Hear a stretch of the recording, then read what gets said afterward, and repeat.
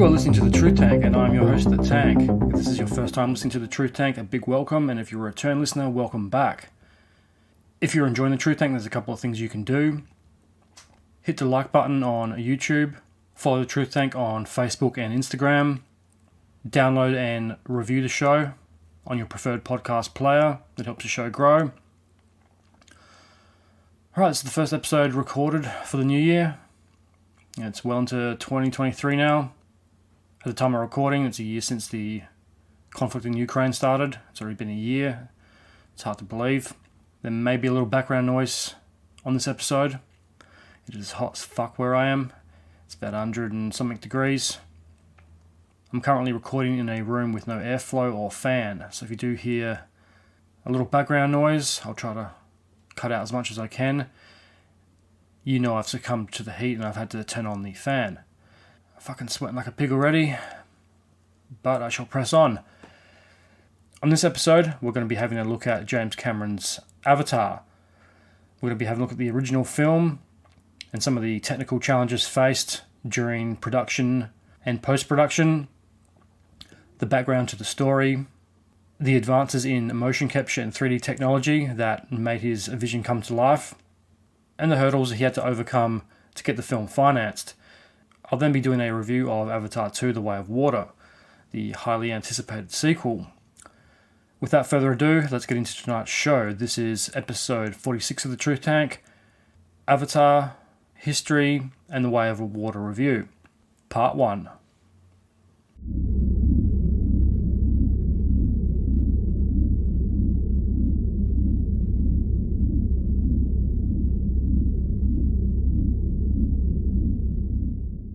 So it kind of goes without saying, the hype and build-up around Avatar 2 and the anticipation for it was unlike anything we've seen in recent film history. There have been few films, I think, ever made, besides Star Wars, that have been so highly anticipated. It's a long wait between sequels, especially by today's standards. Today's sequels, the average wait time is about 2 to 3 years. Marvel movies are a great example of this. There's, 3 to 4 that come out every year. And they're all a sequel to a sequel or the next chapter in the MCU. So 13 years is a very long time to wait for the second installment of Avatar.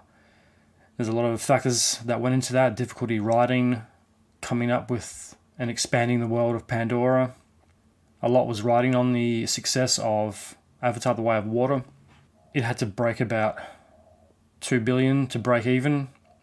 The film's been out for a couple of months now. It's made a lot of money. It's been pretty well praised by critics and fans.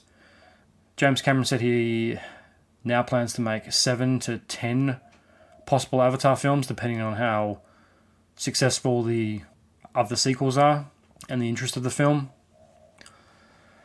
So unlike the first film that was produced by 20th Century Fox, that evil little mouse has had to get his claws on the franchise of Avatar. Disney brought the rights to 20th Century Fox, which obviously includes Avatar and its many sequels. So will Disney be the downfall of Avatar? Given their track record, which hasn't been very good. I will say one thing for Disney, they probably did drum up a lot of hype for this movie. They know what they're doing when it comes to marketing. They pumped a lot of money into the advertising campaign for Avatar 2. They reminded you that Avatar was still around. They released it on streaming services. They've had a massive advertising campaign. They've got Pandora Land at Disneyland just to get you interested that little bit further. They've also been very clever in the marketing, using the world of Pandora as a marketing tagline on merchandise. They want you to go deeper into that world. They're trying to build that myth around it, like they do with a lot of their films. There's the Avatar Flight to Passage 3D flight simulator and Pandora World of Avatar, which is a 12-acre attraction at Disneyland. That opened in 2017. So Disney was obviously playing the long game in terms of advertisement. There's also the Navi River Journey, which also opened in 2017. But by far, most of the talk around Avatar has been the astronomical cost of the film. which by today's standards probably isn't that over the top, considering an average blockbuster film costs about $250 million these days. It seems like every Marvel movie is about $250 million. It doesn't seem possible to make a big film with lots of special effects for under that. Thor Love and Thunder, which they probably really should have called that film Thor Love and Blunder, somehow cost $250 million. I scratched my head at how that's possible, given how fucking shit that film was. It's got a lot of special effects, but it wasn't much different to the average Marvel movie these days. You would think visual effects and computer technology would make it cheaper to make these huge films now, especially processing the amounts of special effects, but I guess there's so many special effects you need 10 companies to do one film as opposed to 20 years ago when you needed one or two. Same is kind of true for video games. The price of the games, well, for a new PlayStation 4 game is probably cheaper than it was when brand new PlayStation 3 games came out, but at the same time a PlayStation 3 game arrived in the store finished. It wasn't 75% done, and you didn't have to download the rest of it when you got home. Which is the case for most of the Call of Duty games. You get it home, put it in the console, and it takes another 2 days to download the single player and multiplayer campaigns before you can even play it. Most of those launch day titles are like, around the $70 mark. Sometimes cheaper, sometimes more expensive. But then they cost you time when you go to try to play them. And that's the argument you hear a lot with movies now, is that this movie is going to cost a lot of money. And that's surrounded the production of the first Avatar and the second one and the future sequels. Is that this film is going to cost a lot of money, therefore it might be a dodgy investment. I've heard story after story about how much this movie costs and how much the future sequels are going to cost. And it needs to make X amount of dollars to break even and be a commercial success. Which is annoying when you think about it, because art takes money, art costs money, but it also makes money. Avatar 2 is one part in a series of films. It's going to cost money, but it's also going to make money. The more tech involved, the more costs. Or like I just mentioned, that is what video game companies and tech companies want everyone to believe. I understand that there are research and development costs. iPhones are a lot more than they used to be. They're bigger, they use better materials, there's more technology in them, but there's also a gigantic markup. So the original iPhone was like $600 or something, $700, and it went up to about $900. Now you can get a top of the line iPhone for a fraction under $3,000. So even with inflation and all that stuff and cost of development, really the phone itself hasn't changed. It's still basically the same shape. It's just a bit bigger or wider. Yes, there's a better hard drive, more processing. You can't tell me that spending a lot of money making those chips, because if Corona's taught us anything, the global supply chain for these chips that we use and everything came out of the one factory in China. These companies are probably paying 30 to 50 cents per unit to have these things produced, and they seem to be a pretty vital part of mobile phone production, car production. They were used in PlayStations and various other things.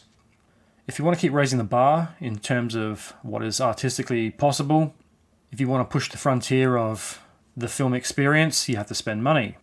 And in most cases, you have to spend more money than the last film or films 10 years ago. So what is the big deal about the costs? Is the media getting fixated on this single point and is trying to hammer it into the ground like they do with a lot of things these days?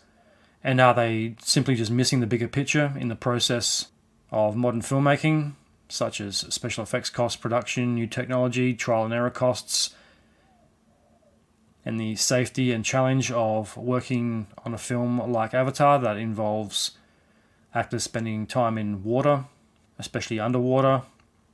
These are factors that all have to be considered when you're making a film like The Way of Water.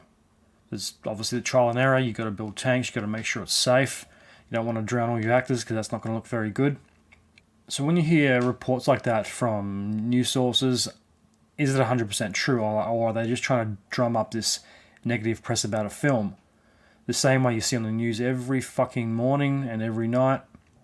There'll be a heat wave and they'll come up with some catchphrase for it for this week. Because last week we were in a heat wave. It was over a couple of days, over 30 something degrees. You'll have to Google that for a Fahrenheit translation. I take this stuff with a fucking grain of salt. So digging deeper into this, there's an article on Variety.com titled Avatar 2 is so expensive it must become the 4th or 5th highest grossing film in history just to break even.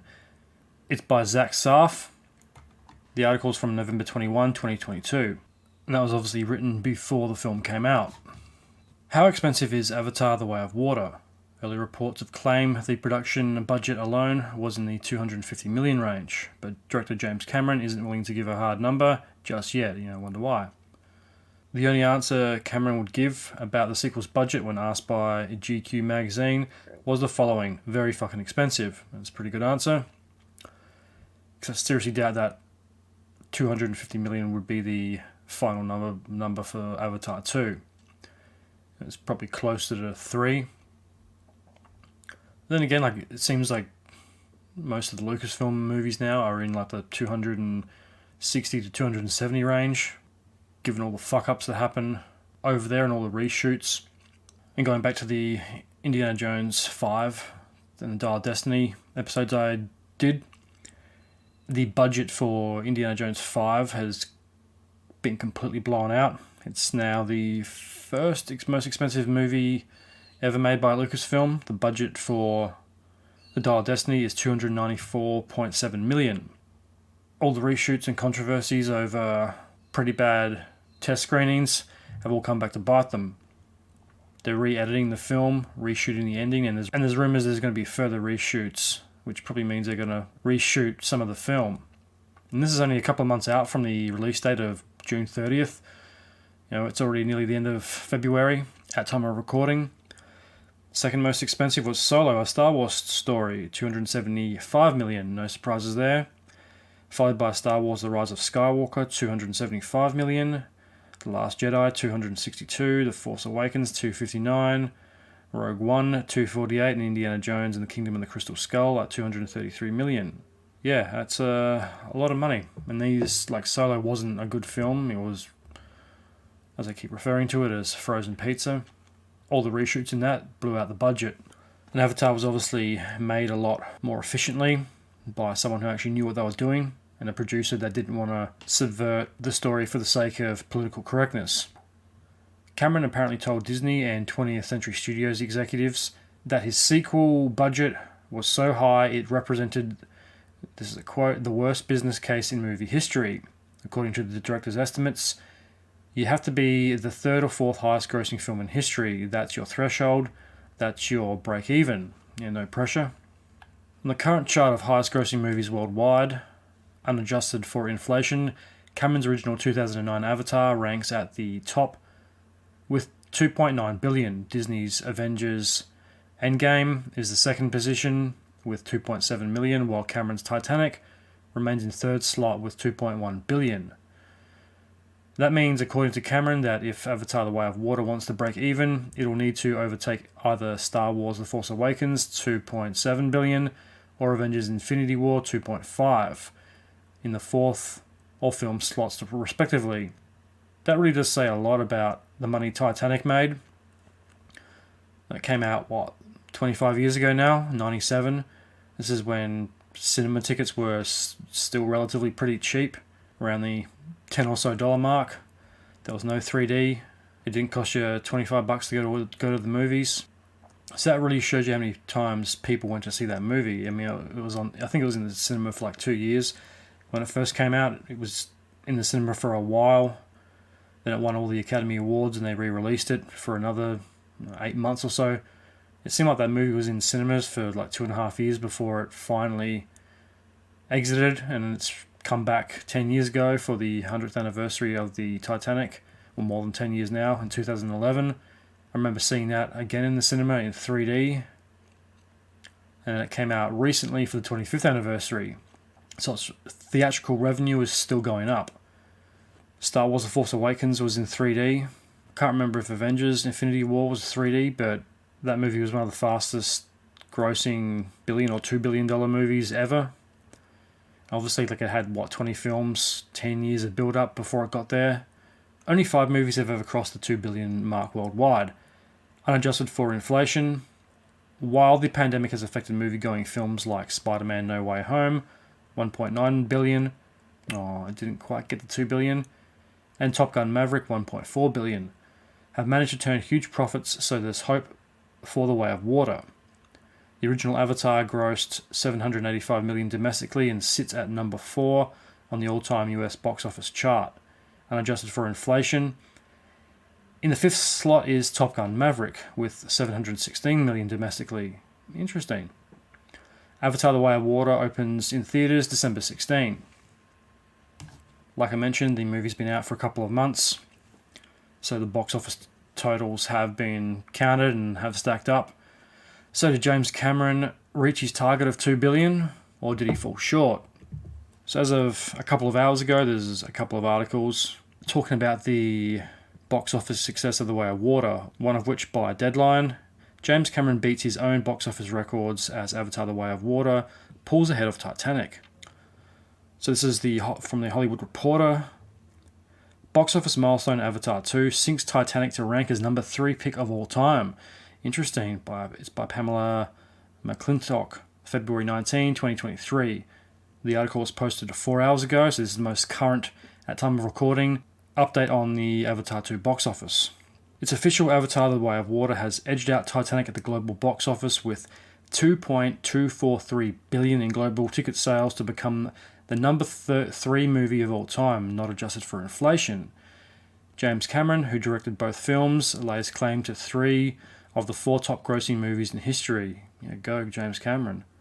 Titanic, which amassed $2.194 billion in the worldwide ticket sales before a global 3D re-release earlier this month, now stands at $2.242 billion. Interesting.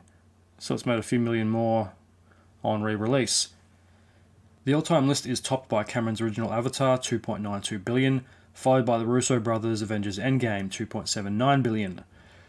Avatar 2's domestic gross is $657 million, putting it at number 9 on the all-time roster. It's still behind Titanic, $672.2 million, in North America.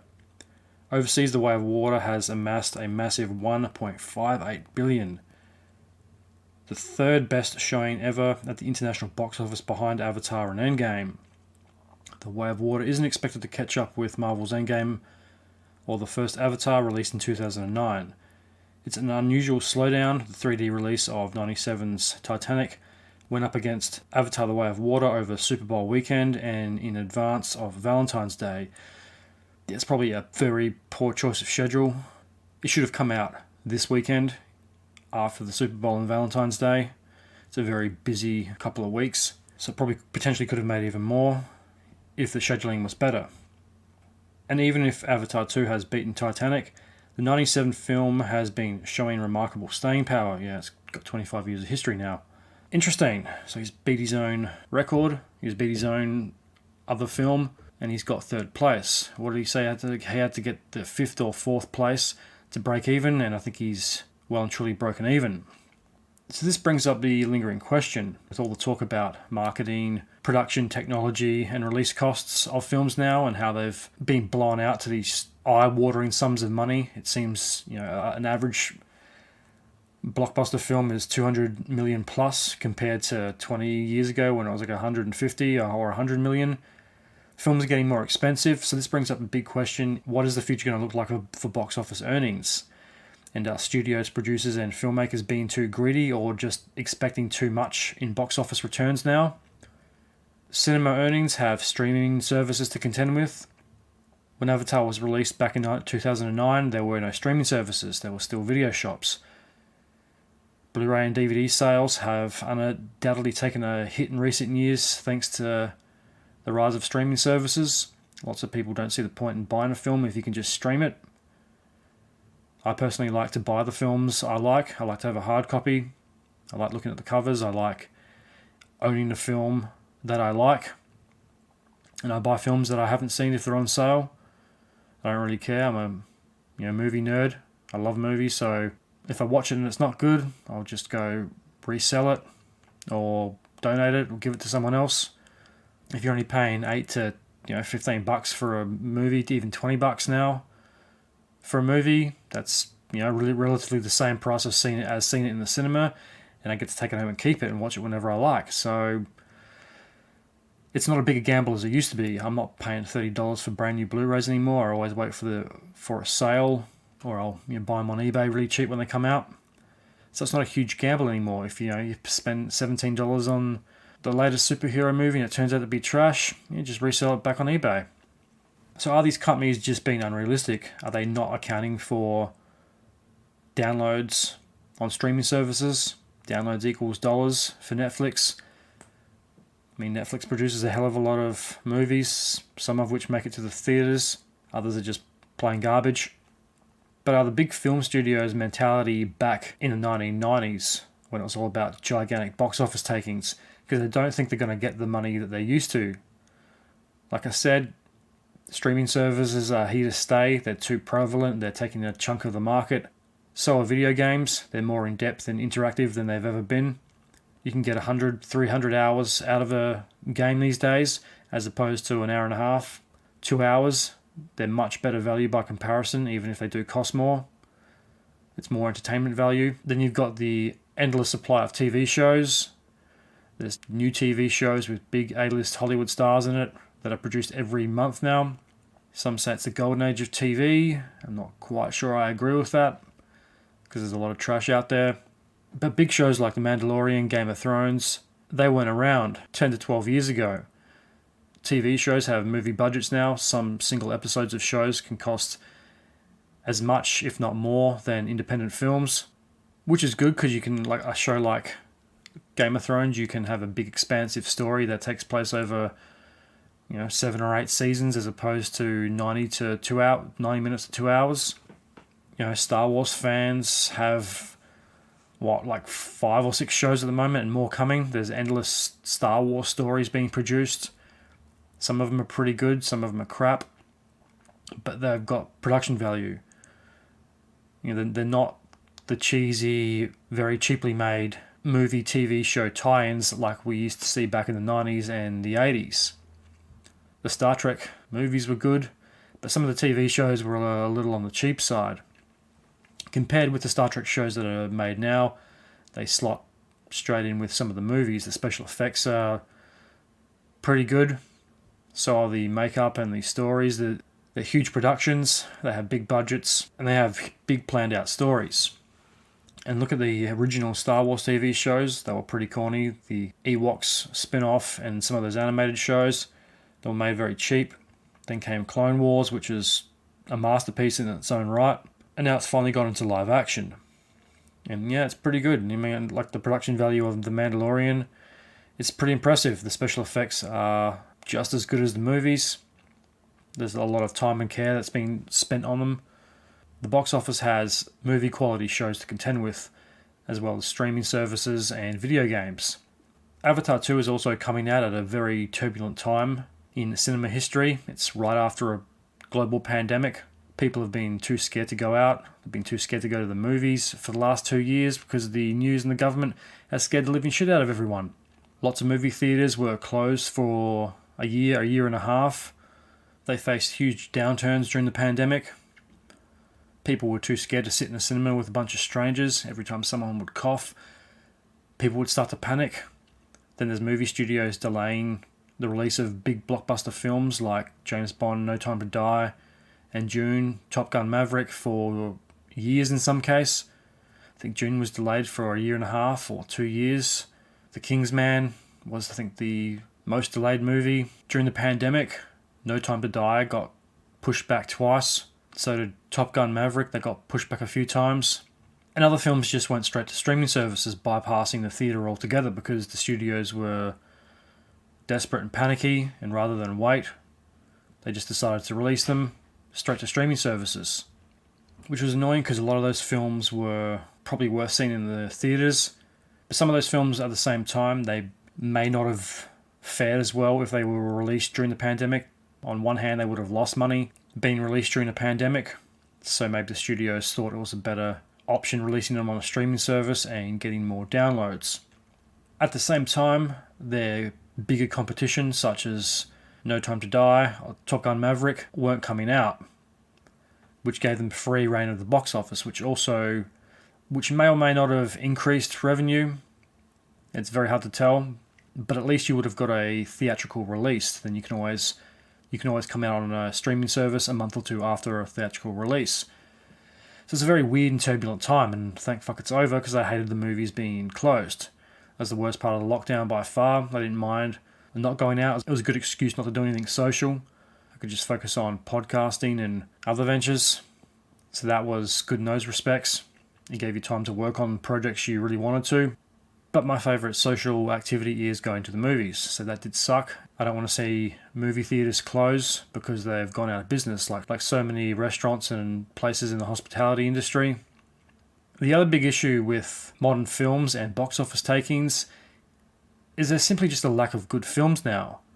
There's too many films to choose from. You have, like I said, streaming services. Every month there's an entire catalogue of new TV shows and movies to choose from. So why go out and spend money on a middle-of-the-road film that may or may not be good? I mean, like I said, it's $20 for a movie ticket now, $20 plus in most cases. So going to the movies, especially if you're taking a family to the movies, is a fucking expensive venture now. It can cost you up to $100 if you're taking a family, especially in 3D. And it looks like they're trying to bring 3D back into theaters. The new Ant-Man movie is in 3D. Marvel movies were one of the last holdouts when it came to 3D movies. They tried to milk every drop out of it. It kind of fizzled out after about 2015 with Star Wars. And now it's slowly being revived with, obviously, Avatar: The Way of Water. But I got a feeling that most of the Marvel movies and superhero movies that come out this year are all probably going to be 3D. But there is a lack of good films. A lot of movies that come out now I want to see, but at the same time I'm like, I don't know if I want to pay good money to go see that, especially if it's a 89 or 90, 95 minute movie. You're just not getting your money's worth anymore. I'd rather wait for it to come out on Netflix, so that way if you do watch it, it's like, well, I'm only paying $15 a month, and that's just one bad movie out of a lot of movies that are coming out. Like, I want to see Cocaine Bear, but at the same time, it's directed by Elizabeth Banks. It's probably not going to be that good. It is Ray Liotta's last film. It does look interesting, but it's probably going to be an average 90-minute movie.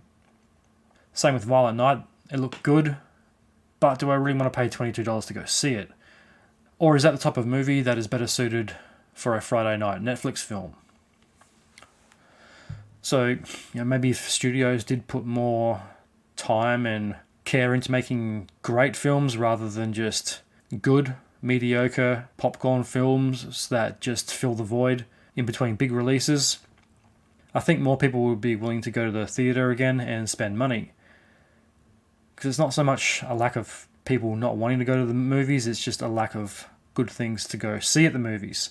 And Avatar 2 and Top Gun Maverick are both perfect examples of that. If you put time and care and passion into making these big spectacle films, people will pay money to come and see them. Top Gun Maverick is still in some theatres. It's definitely a movie you want to see in the movies, as opposed to just seeing it on a TV. Despite how big televisions have become, it's still worthy of seeing it on the big screen. And the other big issue with that is there's two types of movies that are released now. Gigantic blockbusters, which every second blockbuster film these days is a superhero movie. The other films that are released are usually smaller independent movies, mainly kitchen sink dramas, Oscar bait movies that are boring as fuck and you wouldn't want to spend money on them anyway. There's not a lot of in-between. I mean, there are those in-between kind of action movies that come out, but they're usually not worth paying more than about $10 to go see. Everything else is Marvel, with the occasional sprinkle of DC. The other big issue at the moment is the cost of living. Cost of living increases definitely aren't helping either. Everything has gone up, from food, fuel, power, a lot of which have been blamed on the war. There are many factors playing into that. The war in Ukraine, pandemic hangover, greed by companies who didn't make enough during COVID, who want to try and cash in now and get as much revenue as possible. So what do? They put prices of fuel up, and the knock-on effect of that is food goes up. Once one food item goes up, then all these companies are like, well, we can do the same thing and make money, so let's just put all the prices up. Blame it on this, we'll blame it on the war in Ukraine. Fuck the bottom-end consumer, the customer can pay for it. and they'll be none the wiser. Then there's the random weather events we have been having lately all around the world. Whether you believe in climate change or not, I don't think anyone can really deny just how random and severe the weather patterns have become lately. Even 10 years ago, I can't remember weather being this random or extreme. You get 2 freezing cold days, followed by a warmer day, or you get 2 ridiculously hot days, and then the next day is 20 degrees cooler. It makes no sense. I can never remember weather patterns like that. Call it a natural cycle of the world, or blame it on climate change. Whatever way you want to look at it, there's no denying that the weather has become increasingly random. There's also that looming black cloud of a recession that may or may not hit this year, and all the other bullshit happening in society over the last couple of years. So people can be forgiven for not forking out $25 for a 3D film, which is definitely a luxury. It's become increasingly more of a luxury at the moment, especially when you can't put food on the table. When there are more important things to worry about, like eating and keeping the lights on, going to the theatre doesn't rank as a high priority. This isn't just isolated to a single country, this is a very big global concern. Avatar 2 can have an extended release. There isn't much else out at the moment. Or there is a lot out at the moment, but there's not a lot you actually want to go pay to see, especially when it's a gigantic visual effects extravaganza like The Way of Water. James Cameron should stop panicking. He wants people to spend the extra for the 3D, which wasn't really that good to see in the movies. I thought the 3D in the first Avatar was much better, but more on that later. Maybe if 3D was a little cheaper or subsidized somehow by film studios, more people would probably go see it.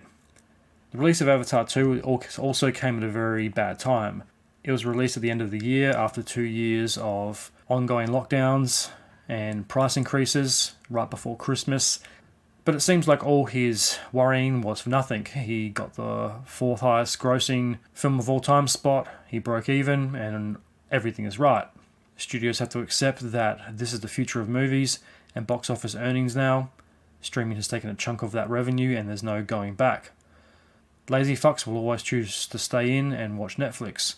Lower than projected earnings are more than likely going to be the future of box office takings. And I think film studios really need to get used to that fact and adjust their business models rather than live in the past and blame the bottom end consumer, because we've seen this argument many, many times before. Blockbuster didn't want to invest in streaming services when they could have. They always thought people were going to come in and spend an hour browsing the shelves for a film to watch, grab a bag of popcorn and spend $28 on 2 new releases that have to be rewound and brought back by close of business the following day. Where for a lesser price you can get an ongoing subscription with new content every month and you don't have to leave your house. I know which one I'd choose. This is kind of the same thing. Studios are crying about this old business model when they really need to accept that the world has moved on since then, and they need to adjust the business model so they don't become the next Blockbuster.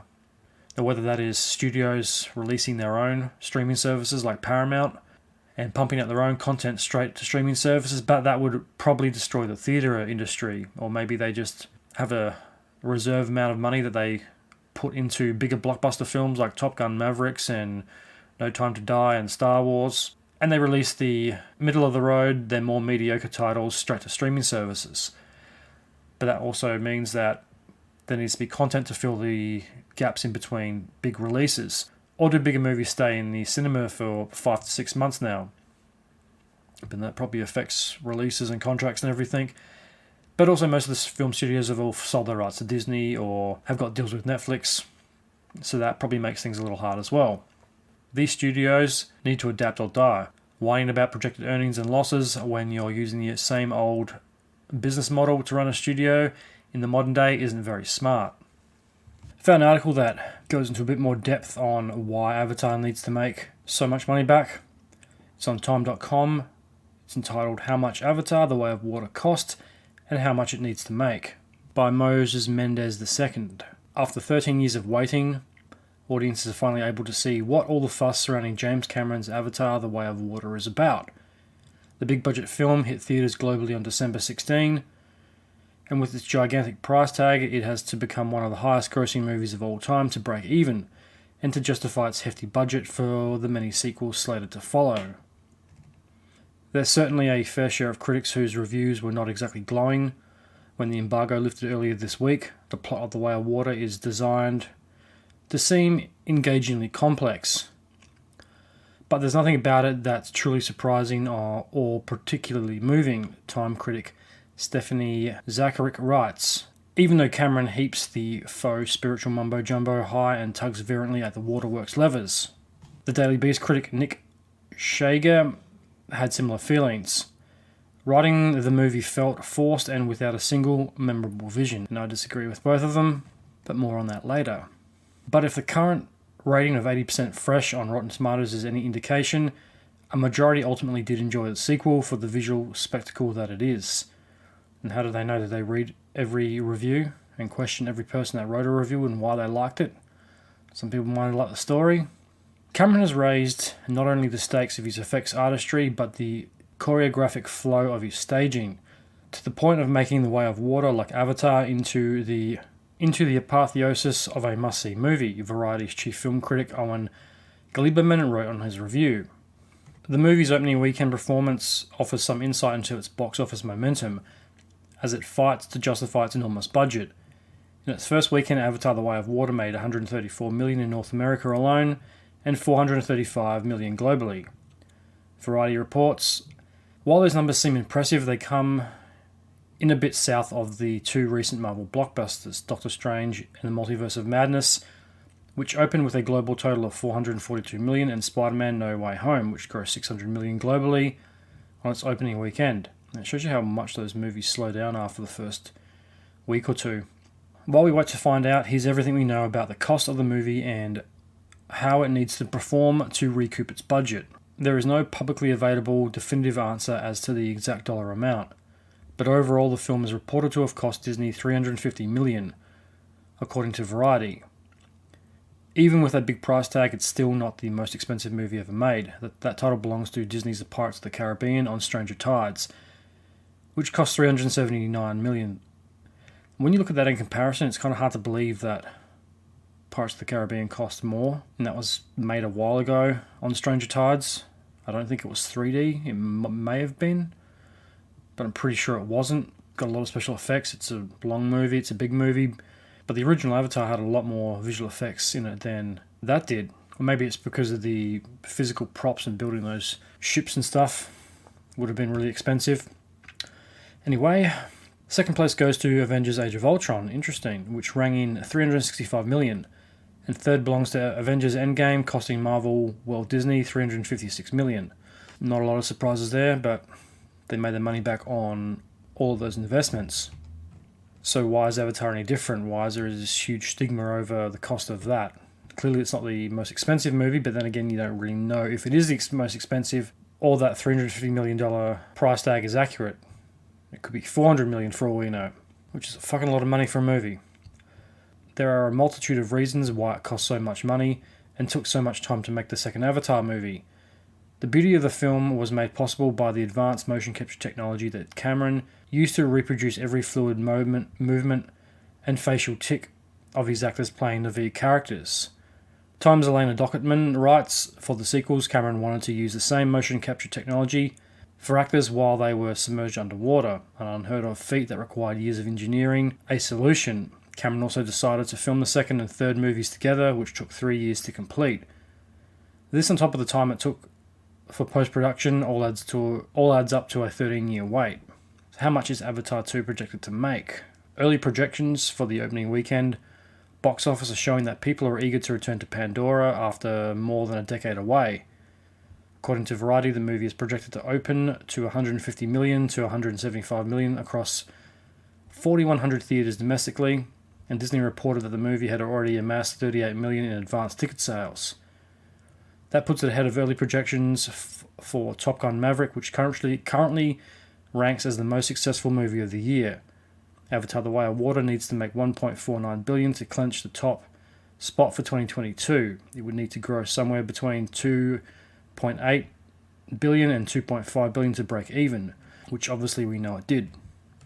When the first Avatar opened in 2009, it made $77 million domestically and $2.92 billion worldwide after staying at the number one movie spot for 7 consecutive weeks. It ultimately became the highest grossing movie of all time. The sequel is in a good position to make a solid chunk of its money back. Internationally, Avatar 2 could add at least $250 million to $350 million over the weekend, which would put global ticket sales at $400 to $500 million. Variety reports. It also got the green light to premiere in China, which is never a given for Hollywood movies, given the criteria they need to meet to be released there. And on the conservative side, Variety estimates that initial returns from Chinese cinemas could reach $100 million by Sunday, in addition to $22 million in advance sales. They have to be pretty sensitive in China to find Avatar somehow offensive, but I'm sure they could find something wrong with it. Why does the box office affect any planned sequels? During an interview with Total Film, Cameron said that the franchise will end with Avatar 3 if the second one underperforms at the box office. The market could be telling us we're done in 3 months, or we might be semi-done, meaning, okay, let's complete the story within movie 3 and not go on endlessly. If it's just not profitable, Cameron said. These movies are, in his own words, very fucking expensive. The reported combined budget for the next 3 movies is a whopping $1 billion, with plans for as many as 6 or 7 movies if there is demand for them. The next movie is planned for 2024, Avatar 4 is slated to be released in 2026, and Avatar 5 is set to be released in 2028. Interesting. Let's hope they all do well, because I want more Avatar movies. It's a colourful, interesting world. Maybe there's a couple of lessons that Marvel could learn. Do you just keep on making endless sequels for sequel's sake after they're becoming unprofitable, or can you wrap the story up within the next couple of films, which they probably should have done a long time ago? But then again, Marvel and DC don't have James Cameron. They have a lot of those rented directors and writers, and that's a big problem with a lot of movies these days. You have writers and directors that are just there to get paid, do a job, then move on to the next project. James Cameron's an artist. He cares about his films. He's a perfectionist. He writes and directs and produces all of his films. It's the attention to quality that sets him apart. In my words, James Cameron is one of the best directors ever. It's his attention to detail and realism. Things feel lived in and realistic in his films, much the way the original Star Wars did. And he has a very unique ability to tell stories, particularly big stories, and put quality over quantity. I mean, he's one of the few directors that can make a sequel as good, if not better, than the original. Terminator 2 proved you can have a big, giant sequel and still have a small, intimate story revolving around a mother and son trying to escape a killer cyborg. When I was applying for film schools in uni and outside of uni, you have to go through the panel of tutors that run the courses. You have to have an interview with them. I remember having an interview with one at a university. It's a panel of 3 or 4 of them, and they ask you what type of films do you like. So I replied, I like big action films and dramas, war movies, sci-fi. I said James Cameron's one of my favourite directors. And this long-haired, hippie, burnout-looking guy who ran the course, he's sitting there with his fucking polar fleece top on and his jeans with his thongs. And he has to make this snarky comment that I liked the first one. It was more of an independent film. It was gritty. It had a darker tone, but I wasn't a fan of the sequel, Terminator 2 Theme Park Edition, which I thought was a bit of an unnecessary comment. I'd like to see this guy try to make a sequel to a movie as popular as The Terminator. I'd love to see a movie that this guy had made full stop, because I guarantee he can't make films for shit. A lot of those people can't, and what's the old saying? Those that can't do, teach.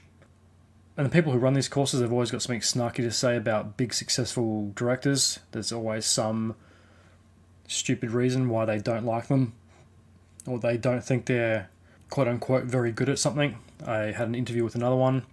It must have been a trait or a trend with washed up filmmakers who will never make a movie in their life and who like to criticize other people for trying, who head up these courses, because this guy had t-shirt, jeans and thongs on as well. So I really hate people who wear jeans and thongs. It's not a good look. If you go to all the effort to put on a pair of jeans, you can put on a pair of shoes. Same spiel, I said the same kind of thing, but I mentioned Christopher Nolan this time. And he goes, yeah, he's a great director, not a very good writer. Nothing after that. I said, why? He goes, no, I just don't think he's a very good writer. Couldn't give me a reason why he didn't think he was a good writer. I felt like saying to the guy, this guy really pissed me off, so I felt like saying to him, well, what have you written and directed lately? Have you written anything that's been nominated for an Oscar? No, you haven't. Shut the fuck up. Jog on. So back to James Cameron.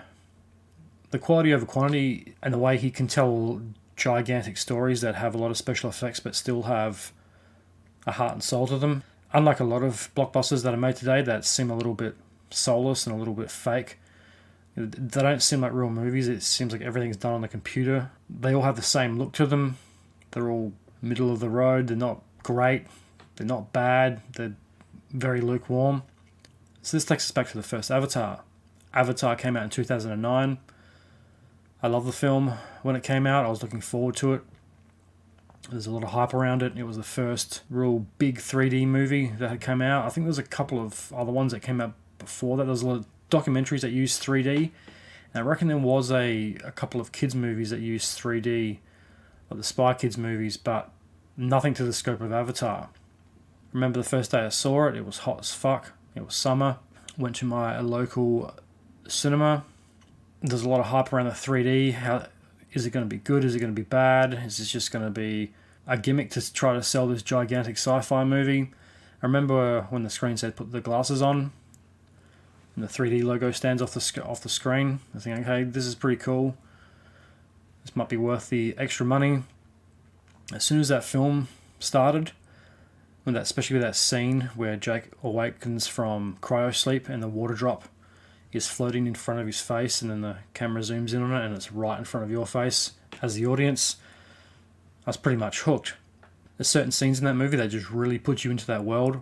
When the shuttle lands on Pandora and that back door opens and all the troops are peering out of the open door and you see the atmosphere coming into the ship and they run out onto the tarmac and then you're in this gigantic hostile world. When Jake rolls himself out in the wheelchair across the tarmac and the giant amp suit and truck go past and it's got the arrow sticking out of the wheels, you get a sense of the scope of things and how big the threat is. Because so far what you've seen of the planet, it looks like this peaceful jungle paradise until you see those 7-8 foot arrows sticking out of the tires and you think, okay, fuck, I can see why they've got such a big military presence on the planet. So within that first 10 to 15 minutes of Avatar, you know it's going to be good and you know it's definitely a cut above the standard sci-fi action movie. And the movie wastes no time either. It drops you straight into the action. There's not a lot of drawn out backstory between Jake. It's all filled in within a couple of minutes. You get a pretty good feel for his character and background to his character within about the first 10 minutes. And then comes Colonel Miles Quaritch's intro and the famous "We're not in Kansas anymore" speech. And the other thing I loved was the introduction to the characters when Jake meets everyone and his avatar. It's relatively early on in the movie. I think it's not even the 20-minute mark by then, and you're basically ready to go out into Pandora and go exploring this vast alien world. Sigourney Weaver's intro is good too. So is Selfridge. He's the classic corporate cunt who only cares about money and shareholders. Right from the get-go, we're introduced to the world of the RDA and their headquarters. There's a very Aliens-esque style to the architecture of the RDA HQ. There's lots of futuristic looking corridors, great metal and industrial lighting. It has a very realistic look. It looks similar to the architecture now. I wouldn't be surprised if this is what industrial settings look like in 50 years' time. I thought the look of Pandora was unique. It was really cool. I like the colours and the bioluminescence. It's a more colourful and inviting world than a lot of sci-fi planets. You don't have that hostile, stormy, barren-looking landscape. It's this giant, lush jungle. Everything's colourful and looks cool, even though everything wants to kill and eat you. The creatures look cool. The aliens look cool. I love the design of the RDA vehicles and the landscapes. The vehicles, once again, had a very aliens look to about them, especially the Scorpion and Dragon gunships. And the more the movie goes on, the more you get sucked into this world of the Na'vi and this native alien culture, which you don't really see a lot of. Aliens are always, these technologically advanced beings. They're either killing machines or they're benevolent. They've always got ships and advanced weapons, and they're always smarter than humans. Where in this, the humans are the technologically advanced aliens, and the Na'vi are this primitive culture being preyed upon by this technologically superior force.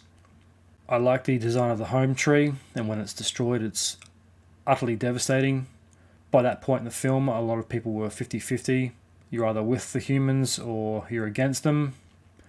And I think after the home tree is destroyed, not much of the audience really sides with the humans.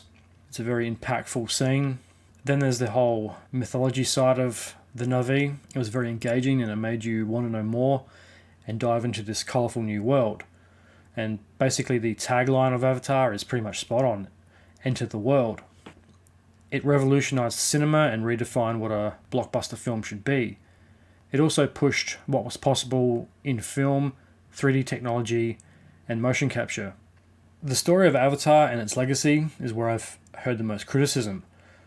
People who criticise it usually highlight the similarities between Dances with Wolves, Pocahontas, and Fern Gully.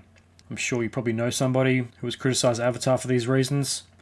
But pretty much everything we see now is based on or draw similarities from something. There's only so many story ideas. At its core, Avatar is an environmental parable. If it gets a generation of kids and adults interested in the environment and saving the planet, that's a good thing. It's also one of the few times that a big studio has released a film about the environment, deforestation, corporate greed, and Avatar now happens to be owned by Disney. You want to talk about corporate greed? These companies are probably all guilty of at least two of those things. And it's also a story about the treatment and exploitation of Indigenous people. And when you look deeper into the story and its characters, Jake represents a man in two worlds. He's a Marine. He's a paraplegic Marine. His brother's a scientist who dies and he takes over his avatar. He's also a human being that ends up becoming an alien, and he ends up falling in love and marrying another alien, Natiri. Grace and Quach are basically polar opposites of one another. Grace is the passionate and demanding scientist who is a hippie at heart. You could picture her as a flower power child in the 60s, protesting war and corporate greed. But she's also someone that has realised if she wanted to make a real dent in the world, she needed to get educated and put her talents to work in a scientific field. And you have Quach, who is this hardcore tough guy soldier who's obviously been a soldier on Earth. He's a career-long military guy who's become the head of the security of the RDA. He's a bit of a prick. It's his way or the highway, and he's going to stop at nothing to complete his mission. And unfortunately, that involves the mass murder of native people. But the unique thing about Avatar, unlike most sci-fi movies, humans are the invaders and the bad guys, not the aliens. Jake's story arc is unlike most characters. He goes from human to alien, and usually it's the other way around. You usually get attacked by an alien, then an hour later, a baby alien is breaking out of your chest at dinner. There's also the very obvious polar opposites in the design of the Na'vi and the RDA. The Na'vi are in touch with nature. They live in a gigantic tree. So you have that metaphor for the tree of life, providing shelter and a home. And then you have the RDA, who represent everything that's wrong with humanity. Brutality and corporate greed. They don't care for the indigenous life forms. They just want to strip mine the planet for its valuable resources. I also like the look of the command center of the RDA with the giant holograms and the screens, the uniforms of the soldiers and the mining personnel. It looks very realistic. It's not too far in the future, so it makes it very easy to identify with, being a human watching the film. And that's one of the things you notice a lot with 3D was those screens sticking out. The message of Avatar is clear right from the get-go. There's no two ways about it. The film is a masterpiece technically, visually, story and character-wise. All of the characters go on their own very different, fleshed-out journeys. They all make very dramatic choices. There's more characterization between the main 10 characters of Avatar than there are with most of the Marvel films. It's very easy to forget that sometimes because it's a very visually orientated movie. You get lost at looking at all the bright colours and weird creatures running around, and you forget the more subtle nuances of the character development. Especially Jake, he goes on a roller coaster ride, and unlike a lot of sci-fi movies, there is a very strong emotional presence in the film. And that's all reinforced by James Horner's haunting soundtrack. The destruction of Home Tree is one of the most emotional parts of the film. It wouldn't have been an easy soundtrack to produce either, because there are two very different but linked styles of music. There's the human sound and the more tribal Na'vi sounds that make up the soundtrack, which is even more of a challenge because you have to come up with a futuristic human sound and a primitive alien sound. Before we get into the review of Avatar 2, let's have a look back at the long and pioneering road that was the production of Avatar. Way back in 1994, James Cameron wrote the first draft of Avatar, turning in an 80-page treatment of the film. And yes, you can bring up the comparison with Dances with Wolves. The book came out in 1988 and the movie came out in 1990. So Dances with Wolves was probably fresh in his mind. I suspect James Cameron probably had the idea for Avatar a lot longer than 94, or at least a loose idea. When asked about the origins of Avatar, James Cameron has said he was inspired by pretty much every single sci-fi book and adventure books by H. Rider Haggard and Edgar Rice Burroughs that he had read when he was a kid. So what took so long? Well, Titanic got in the way, and movie technology wasn't good enough at the time to pull off what James Cameron had envisioned Avatar to be. And this is much like George Lucas and the Star Wars prequels. The long road to production and release.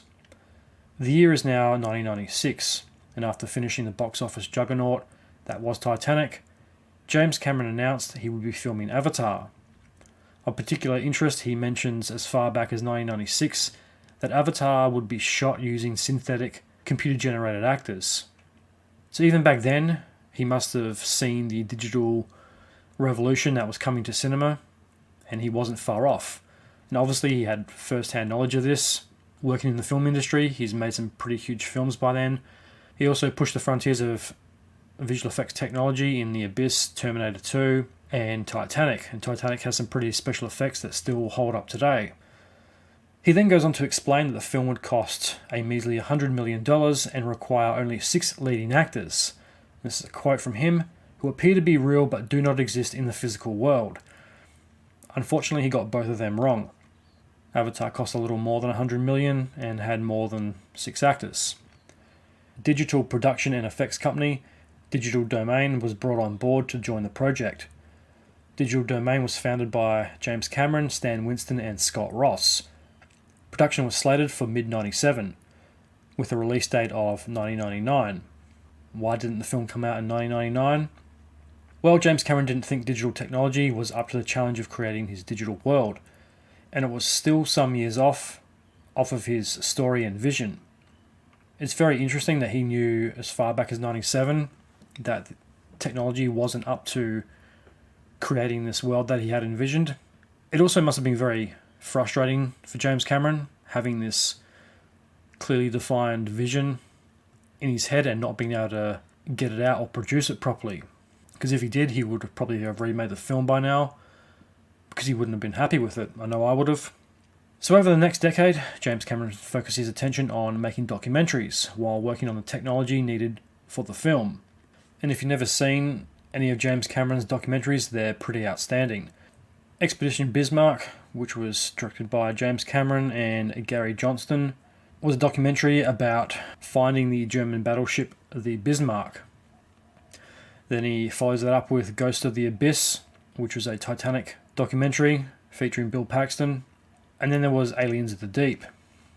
It's now 2005, and a story broke in Bloomberg Businessweek that 20th Century Fox had fronted the money for a proof of concept clip for Avatar. They put up $10 million for the clip. That's a lot of money for a glorified test, I suppose. Cameron completes the clip and hands it into Fox executives in October of 2005. So the film's still pretty far off from being released. Still a couple of years to go and there's a lot of work to do. It is now February of 2006 and James Cameron tells the world that his latest movie, Project 880, is a retooled version of Avatar. It's around the early to mid 2000s now. Digital film technology and visual effects had started to progress and evolve into what they are today. The digital landscape was about to be opened up and changed forever. I'm not sure what the 880 means. James Cameron wasn't the only filmmaker working on trying to push digital cinema technology into new frontiers. There were others. He wasn't the only filmmaker working on entirely digital characters. Peter Jackson and his Lord of the Rings trilogy had not only pioneered the use of an entirely CG character and the relatively new motion capture, it had set the bar for it. I don't know if these two were in collaboration during the production of Lord of the Rings. Don't know if Jackson came up with it, but Lord of the Rings was one of the first films to use motion capture in this new and pioneering way. It's also known as motion tracking or performance capture. Going back to the late 90s, George Lucas and ILM came up with the first digital character in The Phantom Menace. It was one of the first films to use a fully digital character, and that character is everybody's favourite Gungan, Jar Jar Binks. He is the first digital character to receive a decent amount of screen time and to be considered a leading character. Jar Jar is probably the 5th or 6th main character in The Phantom Menace. He shares a great deal of screen time with the two human leads, Ewan McGregor and Liam Neeson. Unfortunately, audiences seem to hate him. I thought he was funny, he was a little annoying, but I don't think he deserved quite the amount of hate he got. But unfortunately, that's just the way it is. He didn't appear much in Attack of the Clones due to his unpopularity in The Phantom Menace. Jar Jar was the first motion capture performance similar to Avatar. Star Wars The Phantom Menace had the biggest breakthrough in CGI and digital technology in years, which really kickstarts the digital revolution. And if you really want to get technical, the first fully digital character was in 1985 in the Steven Spielberg produced The Young Sherlock Holmes. And that character was the Stained Glass Knight, who was created by ILM, George Lucas's company. So George Lucas and the wizards at ILM are really the ones responsible for pioneering digital characters. But surprisingly, motion capture on the other hand has been around for a very long time in one form or another. The study of motion predates movies themselves and goes back as far as the 19th century. And the purpose of this was to better understand how animals and humans moved, not for entertainment purposes. It served more of a scientific pursuit back then. Motion capture has also been used by the military, video game developers, sports development, and for biomechanics. It's pretty much someone provides the movements to be studied, then translated via another form, such as data points on a computer or a program. The first advancements in motion capture come in the early 1900s. Rotoscope is a form of motion capture. Max Fletcher came up with rotoscope in 1915 in his 2-minute short film Out of the Inkwell that came out in 1918. You've probably heard of rotoscope. It's animation traced over a live-action reference. Just think A Scanner Darkly. This animation process caught the eye of one Walt Disney, who incorporated it into several of his films. So what has this got to do with Avatar and modern motion capture, you may ask? Well, Disney experimented with rotoscope in feature films. And in 1937, Disney released Snow White and the Seven Dwarfs. Just stay with me, people, this has a point. Snow White and the Seven Dwarfs was revolutionary. And remembering this was a long time ago before computers and advanced camera systems and all that other technical stuff, the production of Snow White was a first in the film industry. The film was shot with real actors acting out the scenes and being filmed like any other old movie, before or since. Then the frames / the footage, whatever you want to call it, was then handed over to the animators, who then drew over the top of the frames, giving them its rotoscope look, making it technically an animated film. Which I didn't know. I always thought that Snow White was an animated film. I had no idea it was actually shot with live actors who were then pretty much transformed in animation.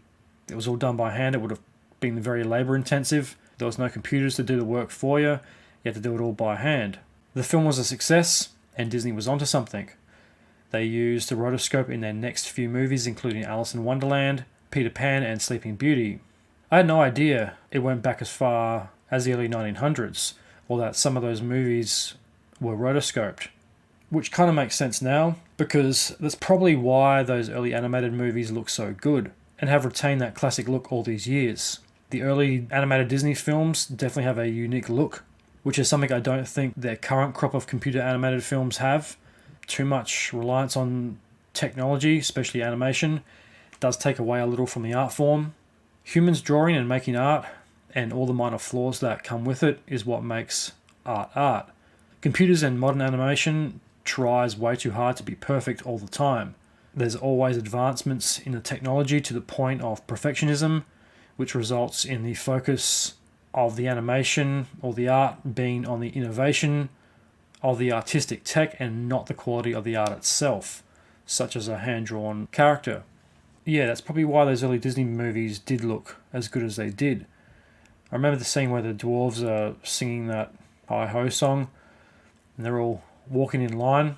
It looks very fluid and very realistic how someone would actually move, and now that I know this, it was because they trace over the top of real people acting out the scene, which is something some of the more modern Disney movies didn't quite have. They were always too clunky. They tried hard to be fluid, but I don't think they quite got there. The other thing I think that gives it a unique look is the fluidity of the animation. The more 80s animation doesn't have that. It has it a bit, and those films are still classic in their own right, especially compared with the modern day remakes such as The Lion King and Aladdin. But the tech was in a weird transitional stage then. I always wondered why the characters looked and moved more realistic in the early 1900s films. That's because they were real people acting out the scene, with animation traced over the top of it, where the animated version of Aladdin and The Lion King, they had a fluidity to the animation, but it was more flowy. You could tell it was, I don't know, probably not actors acting it out. It was more of a getting things figured out on a program on a computer. I'm not sure, maybe they use motion capture on those films, I don't know, but they don't seem to move quite the same way. They don't move like a real person, they seem to be a bit more clunky. Anyway, moving on. So from 1937 till about 1978, not a lot of innovation or progress was made on the motion capture front. No major advancements were made or pioneered in 41 years. Rotoscope was still in use. It didn't really change a hell of a lot. There was no investment in new technology over the decades, which is very surprising given how Disney operates now compared to the past, where they're at basically the forefront of technological innovation and animation with the movies they make today. So I find it very surprising that 41 years passed and nothing had changed. I don't know, maybe the system worked and they didn't see the need to change. Maybe they thought, well, it looks good, it works, let's not waste any time or money trying to figure out a more efficient way to do it. Let's just pay the animators to animate and everyone goes home happy. Compare that with today, where there's new innovations in visual effects technology every couple of years. It seems like the first crop of Marvel movies have already been outdated in terms of what was possible with computer-generated effects compared to Avengers Endgame, the new Doctor Strange, and Spider-Man. So this is very interesting that Disney didn't put a lot of money into innovation. A few films outside of Disney did push the rotoscope envelope. Ralph Bakshi used it in his animated Lord of the Rings movie, using it again in American Pop in 1981 and again on Cool World in 1992. Cool World combined conventional film and animation. Kim Basinger's character was animated alongside the real Brad Pitt and Gabrielle Byrne, and it was much like Who Framed Roger Rabbit. It was high quality animation and real life film. So heading into the 2000s, and rotoscope was still being used. In Richard Linklater's Waking Life in 2001, he follows that up again with The Scanner Darkly in 2006. The new millennium brought with it the biggest advances in motion capture technology. In the late 90s, a film called Sinbad, Beyond the Veil of Mists, pioneered the use of motion capture. The movie was a massive flop, costing $30 million to make back then, and grossing $29.245 million. However, it did push the envelope. It was the first movie to be completely animated, using mostly motion capture with traditional animation techniques. The movie starred Brendan Fraser and Mark Hamill. It was shot using a 3D optical technique. It's basically actors playing their parts with tracking dots, capturing the movements, much the same way motion capture is used today, and being put through a computer, coming out the other side as an animated character. As I mentioned before, Jar Jar was the first fully digital character in Star Wars The Phantom Menace in 1999. George Lucas invested the time, money, and took a pretty big risk back then on this new and very ambitious tool of movie making.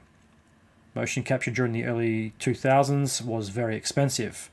It also took a lot of computer power to process all the data.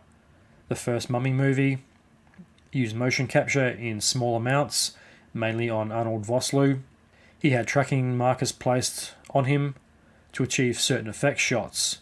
This is mostly the varying stages of regeneration and facial effects. Remember the scene where he's got half of his cheek missing, he's got scarabs coming out of it. Those effects are still pretty impressive, and that movie does hold up. I love the first Mummy, it's a great movie.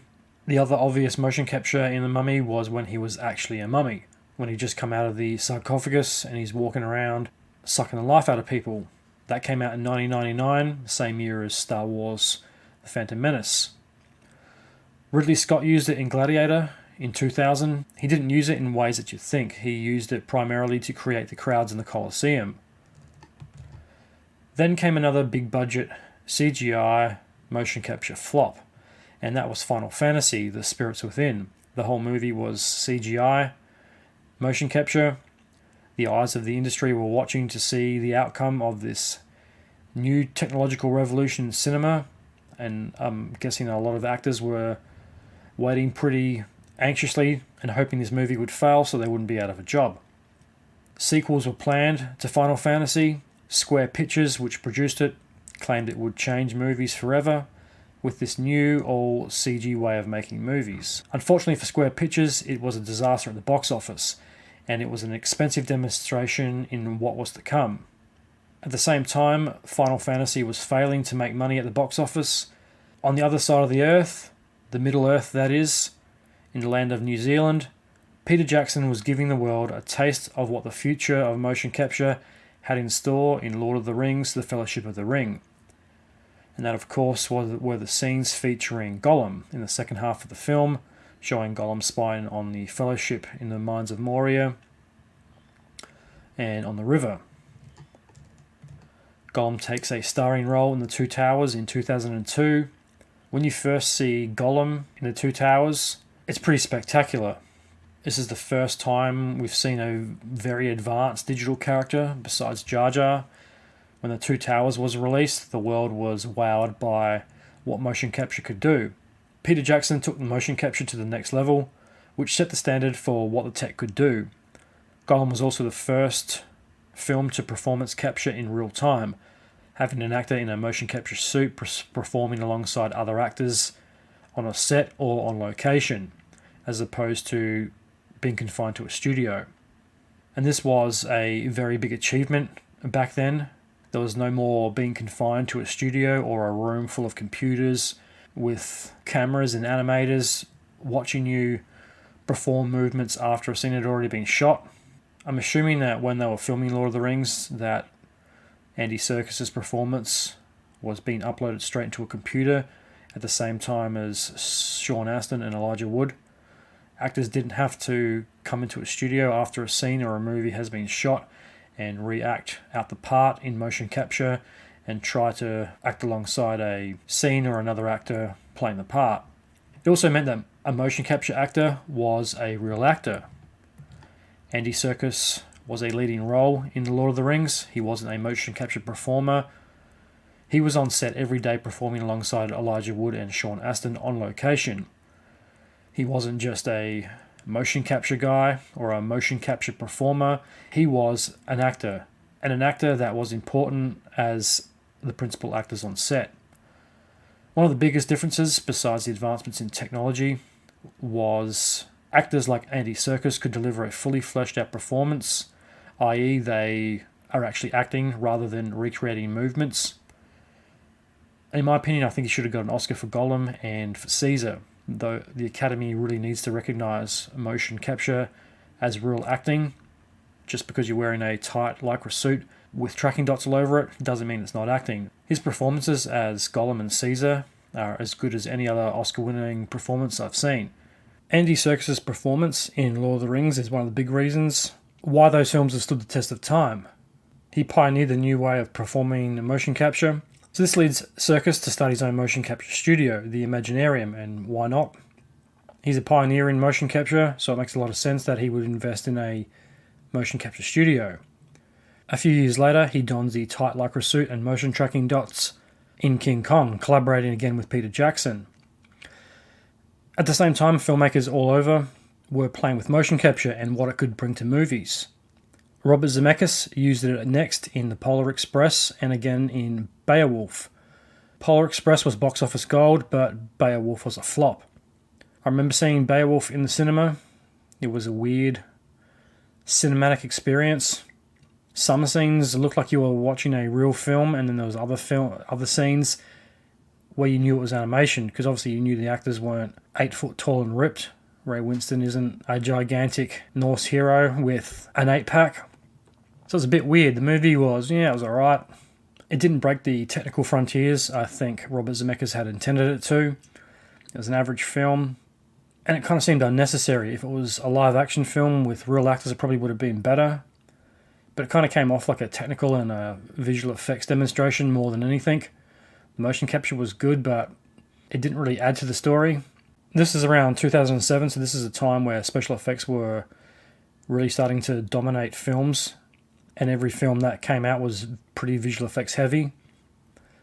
So it kind of seemed unnecessary that they needed to make a movie with all visual effects at a time where visual effects were pretty much dominant in these types of movies anyway. So this leads Robert Zemeckis to start his own studio. The studio was called Image Movers. He produced several more motion capture films, A Christmas Carol with Jim Carrey and Mars Needs Mums. Unfortunately for him, both films failed to make a dent in the box office. And much like Beowulf a few years beforehand, these movies really just come off as very good-looking animated films. There was too much animation and not enough human in it. Unlike Lord of the Rings, where Andy Serkis is playing one digital character in a world full of real actors. There was too much over-reliance on technology and animation, which I think takes away from a bit of the purpose of motion capture.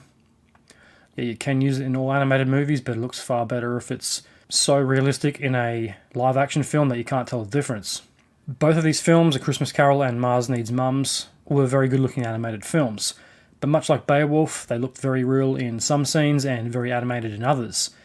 These films were very expensive and experimental, and unfortunately for Robert Zemeckis, he closes the studio not long after opening it.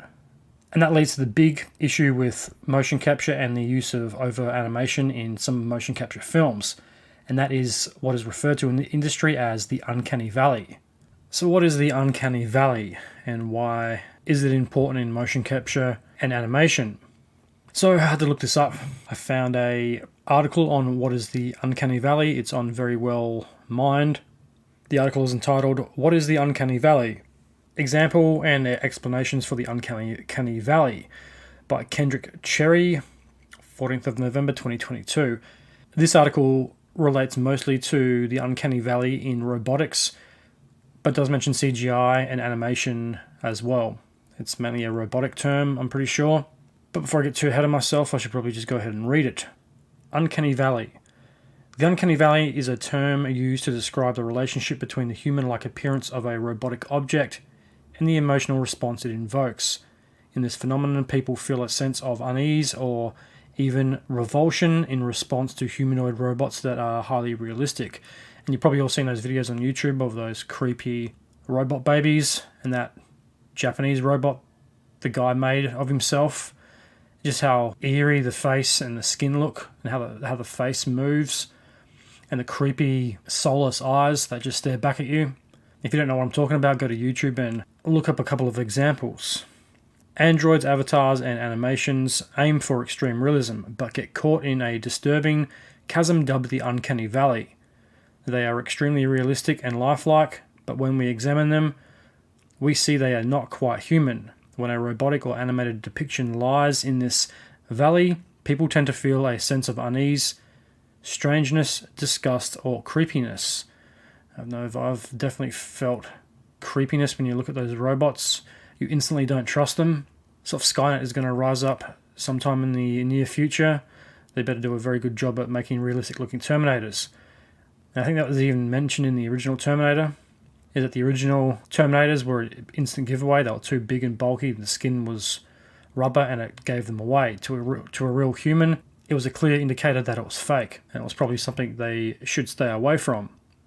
The phenomenon has implications for the field of robotics and artificial intelligence. Devices and online avatars that are made to help mimic the human touch may actually end up alienating people who are using such tools. Interesting. Origins of the Uncanny Valley. The phenomenon first coined and described by the Japanese roboticist Masahiro Mori in an article published in 1970. Mori identified the phenomena as, excuse my Japanese, Bakimi no Tanagenisho, give my pronunciation for that, meaning Valley of Eeriness. In 1978, author Jasa Reinhardt translated the term Uncanny Valley in the book Robots, Facts, Fiction and Prediction. In his work, Mori noted that people found his robots more appealing if they looked more human, while people found his robots more appealing the more human they appeared. This only worked up to a certain point.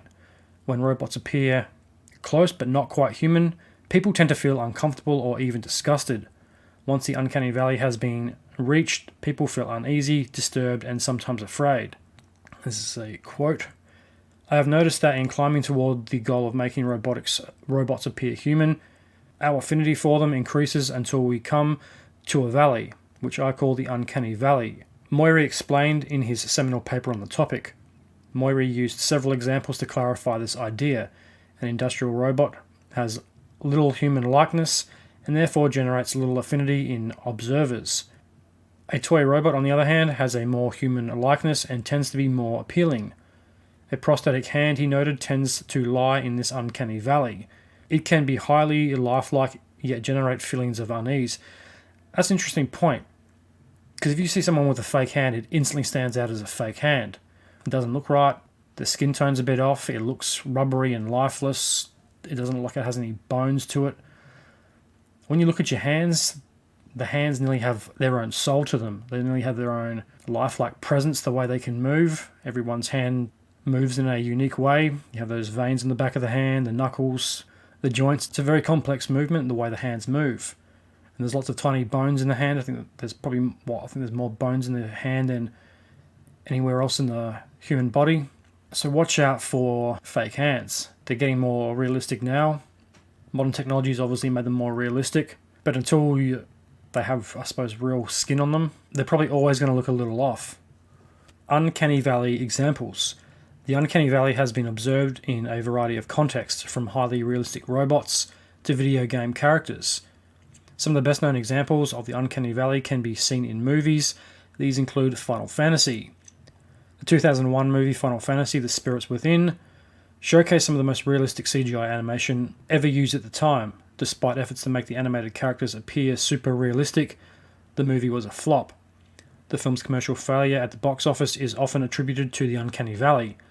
Simply put, people didn't want to watch the movie because they found the animation disturbing. And I think that hits the nail on the head. I'm not a huge Final Fantasy fan, but I remember when I first saw the trailer for it, I thought, this looks like a decent looking big action sci-fi movie, until I found out it was animated and I wanted to have nothing to do with it. I don't see a lot of animated movies, particularly for that reason. I don't particularly like the animation, and I don't really like the ultra-realistic animation that tends to look a little fake in some scenes and very realistic in others, much like Beowulf. I saw Beowulf because I'm a history nerd, and I thought I'd give it a chance. It was also in 3D, I think, and I definitely remember seeing that in the cinema and not being ultra impressed. The animation kind of puts you off, because it sucks you in and it kind of lies to you, and you start to believe that this is a real human or a real actor, and then the lie kicks in and then you realise, no, wait, I'm actually watching animation. So when will the film studios stop lying to us? Shrek. The early test screenings for the film Shrek elicited unexpected feelings of anxiety in children in response to the character princess of Fiona. Interesting. She was simply too lifelike, causing kids to feel unnerved and even frightened. Many crying whenever she appeared on screen. Yeah, interesting. So even kids and very young children know this is fake. It's like they have a physical reaction to seeing something that they know is essentially a lie.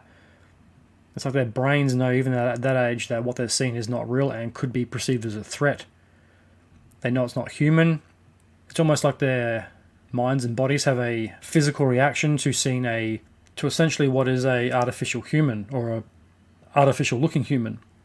Based on the responses and feedback, the filmmakers edited her appearance prior to the film's theatrical release to give her a more cartoon-like appearance in order to prevent the uncanny valley effect. Interesting. So it's like a de-evolution of the animation process, because a lot of Disney films we've seen in the past 10 or so years have gone for that ultra-realistic motion capture animation, and it's always failed. Yet Disney doesn't seem to pick up on it.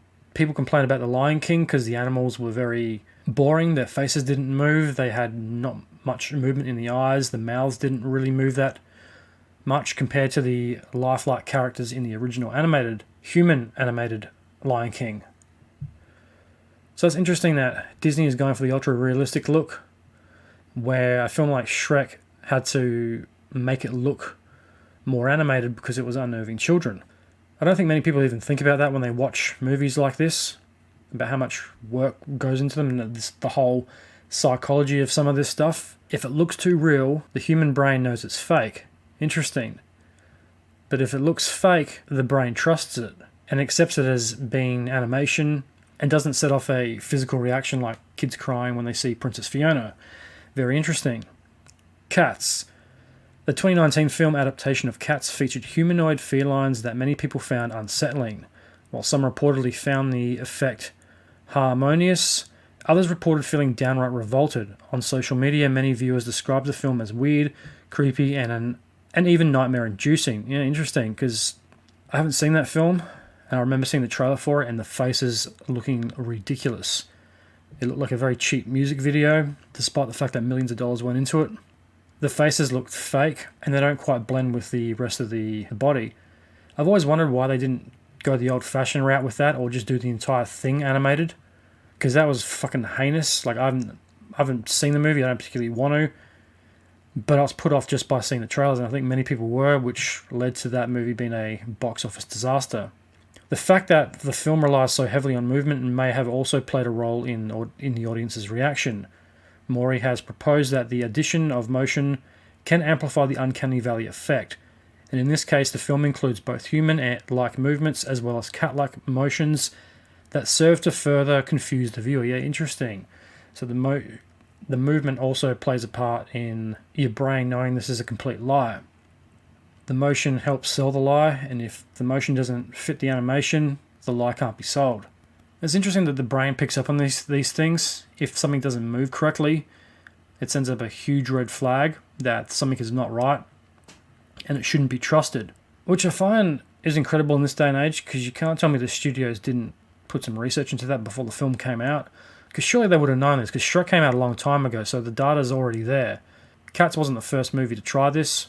Beowulf and Robert Zemeckis' films failed for a pretty similar reason. So it's not like the film studios didn't have enough data on this. They could have hired a couple of interns to look into it, or do some research into the effects of motion and animation on viewers and their reactions. Shrek has been around for, over 20 years now, so you can't tell me that they didn't know this prior to the filming of Cats. So they don't even have that as an excuse as why this film failed. It was more ignorance, and they had enough time when the trailer came out to go back and fix it, like they did with Sonic and His Eyes a couple of years ago, when fans protested that they made him look too cute and they didn't make him look animated enough. They tried to make him look like this weird alien human thing. I find it amazing that the producers of Cats released the movie as it is and didn't go back and redo the effects or the animation or movements after the film got criticised so heavily on social media after the trailer came out. It's amazing that they just released it as it is and just completely ignored it. And ultimately that film was a failure because of the studio's ignorance. In these and other examples, being close to human in appearance does not produce affinity with the characters among viewers. When characters fall into the uncanny valley, people instead perceive the characters as cold, vacant, and soulless. What causes the uncanny valley effect? There have been a number of proposed explanations for why people experience the uncanny valley effect. but no clear-cut consensus has emerged. Some theories suggest that the phenomenon is biological, while others suggest that there are cultural explanations as well. The following are some factors that may play a role. Ambiguity. A 2016 paper suggested that the sensation of being creeped out is often caused by a sense of ambiguity. When we see things that are almost but not quite human, it creates a tension that feels unpleasant. Such effects are sometimes exploited to heighten the horror or creepiness in movies. Horror films, for example, often infuse human characteristics into non-human entities, including dolls such as Annabelle and clowns in It, to terrify audiences. Yeah, interesting. So horror movies have got the whole psychological analysis side of human behavior down, and they exploit that for the sake of suspense and tension in their films. But a movie like Cats completely ignores it. I'm kind of leaning towards this is a biological reaction. It's almost like the brain is hardwired into assessing movement to determine whether it's a threat or a friend. Is that thing moving over there? Is that moving like a lion, or is that moving like a domestic cat? Is that human moving like an ordinary man, or is that a chimpanzee, a gorilla, or a Sasquatch? I think there's a biological and psychological reason people react the way they do in these situations. And when their brains reach the uncanny valley, it's almost like the brain saying, you're not going to trick me, we've seen this little trick before. It definitely leans towards a biological and psychological explanation. It's almost as if the brain refuses to be tricked, and it senses the movement and animation as a trick that isn't going to fool it into believing that it is something that it is not. It's like it's been hardwired to seek out possible anomalies in movement and give it an appropriate threat level. It's very interesting, and I had no idea that there was such a psychological basis for bad animation in films. Mismatched elements. Research has also shown that people tend to be disturbed when elements that normally don't occur together are combined. For example, a paper published in 2011 found that while people are not disturbed by robots with robot voices or people with human voices, they do feel creeped out by robots with human voices. Yeah, interesting. I wonder if James Cameron knew any of this when he wrote Terminator. This effect does not just hold true for robots, but can also be seen in computer animations featuring people and animals. Inconsistency.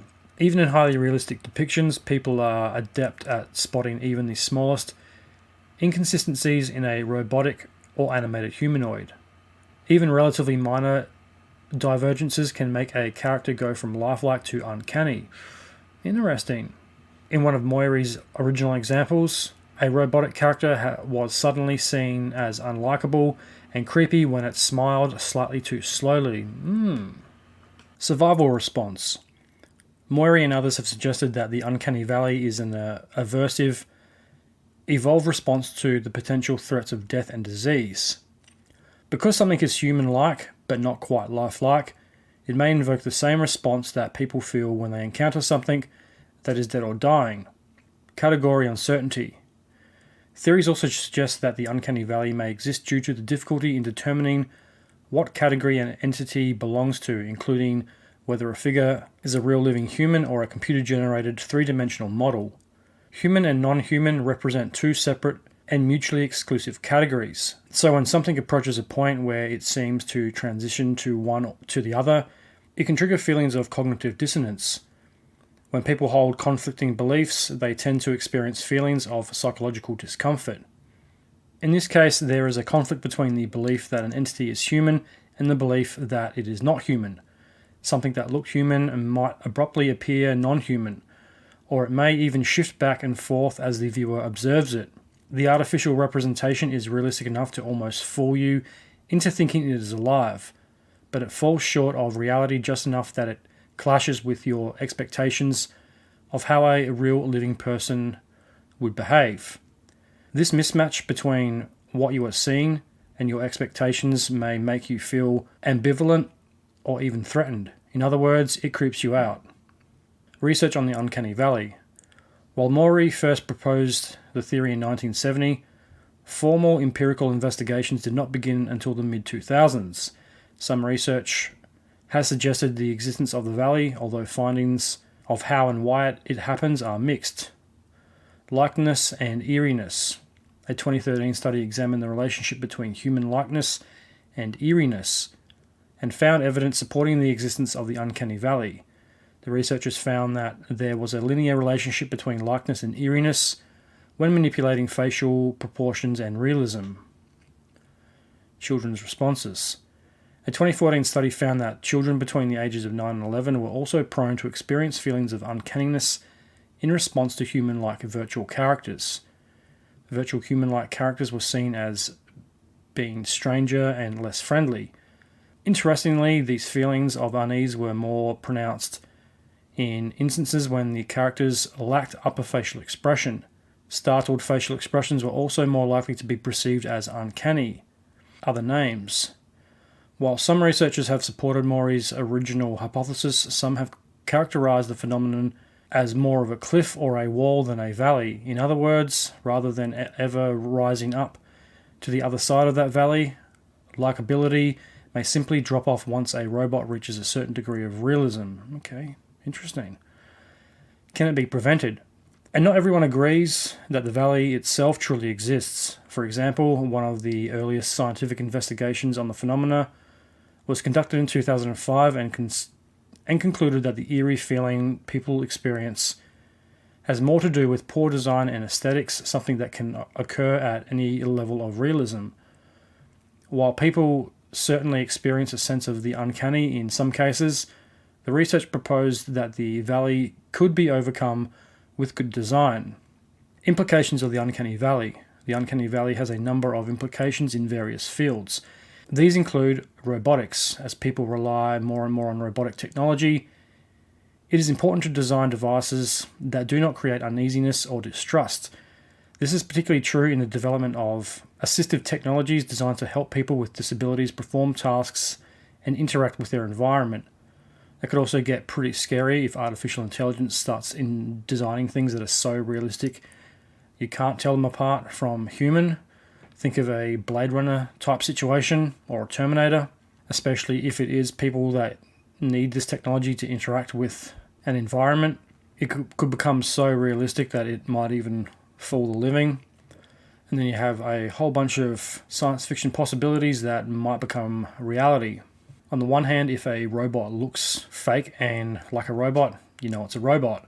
But if it's so lifelike, you might let your murderer or a villain in your front door, and then you might end up being killed by the robot. They could potentially also take over the world if they are so realistic.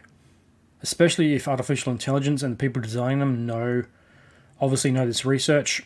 Especially if the people or artificial intelligence programs designing them know this, and they undoubtedly do. They may come up with designs to deliberately trick that part of the brain and make it appear more human. People are more likely to be receptive to designs that are both useful and appealing. Designs that fall into the uncanny valley are likely to be poorly received and utilized less frequently. Digital avatars. Digital avatars, these representations are used in a number of areas, including online customer service and online therapy. In the field of online therapy, digital representations are often utilized to facilitate online communication between therapists and clients, particularly in situations that involve online chat or email communication. When they are effectively used, avatars may help promote the therapeutic relationship, but overly realistic depictions may interfere with the process. For example, one study found that robots that look too human-like were often rated as being not only less likable, but also less trustworthy. Interesting. There's a trust issue with the realistic appearance. So if it looks fake, you're not going to trust it because it's not a human. But if it looks human, you're more likely to trust it even if it is a potential threat. This whole thing is basically your brain and your senses being lied to. You're being tricked into believing something is human, whether it is there for good purposes or bad purposes. You've let your guard down and the potential enemy has wandered straight through the front door. It's a great sci-fi movie and all of this. That's something they explore in the Westworld TV show, the nature of real and unreal, what is human, what is not. The robots are so realistic that you can't tell them apart. And the thing I like about that show is some of the robots are so realistic they don't even know they're robots. They're as shocked as anyone else to find out that they're robotic and not human, because they believe they're human all along, because the programming and the lie is so good. And that would be a truly horrifying situation if that did come true. It's a very interesting line of thought. And this gets down to what we're talking about. Film. As blockbuster films increasingly rely on CGI effects, filmmakers have continued to work toward developing realistic computer-generated animations that blend seamlessly and don't provoke the uncanny valley. While many animated films are often criticized for their unrealistic depictions of the human form, such designs featuring overly large eyes and other dramatically exaggerated features, this may often be an intentional strategy to avoid the uncanny valley. Taking this back to Avatar, just look at the design for the Na'vi. They have exaggerated limbs, elongated bodies, and very big eyes. So was that a deliberate design ploy to keep the audience engaged and not question what they were seeing, and to help get the audience into the world of Pandora? If it was, that's pretty clever. Game design. The uncanny valley can also have an impact on how players react to realistic characters in video games. Designers may take advantage of the uncanny valley to create a sense of dyspathy for villainous characters. Criticism to the uncanny valley. The uncanny valley concept has also been the subject of criticism. Age may play a role. Some have suggested the phenomenon is more common in older generations. On the other hand, younger people who grew up seeing robotics and CGI effects may be less likely to experience it. Further research is needed to determine if age might have an effect. That would be contradicted by the younger children having a reaction to Princess Fiona.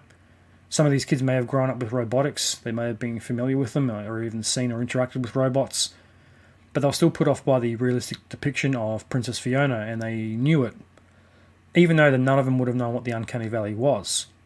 They picked up on something wasn't right, and they reacted to it.